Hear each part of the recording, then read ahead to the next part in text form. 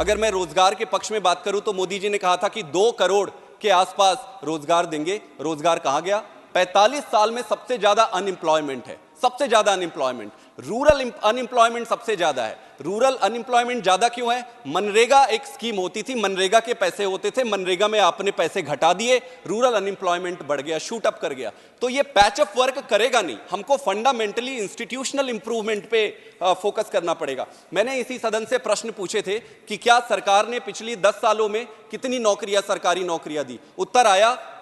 उत्तर आया सतत प्रक्रिया है, मिशन मोड में काम कर रहे हैं। मैंने पूछा कि जो आप 9.5 लाख के आसपास खाली पद है, कब तक भरने का प्लान है? उत्तर आया सतत प्रक्रिया है, मिशन मोड में। कुछ भी प्रश्न पूछो, आपका उत्तर यही है, सतत प्रक्रिया है, मिशन मोड में काम चल रहा है। मैं सरकार को क्रिटिसाइज नहीं करना चाहता हूं, आपके समक्ष ये रखना, या तो सरकार के पास इसका उत्तर नहीं है, या उत्तर है तो छुपाना चाहती है।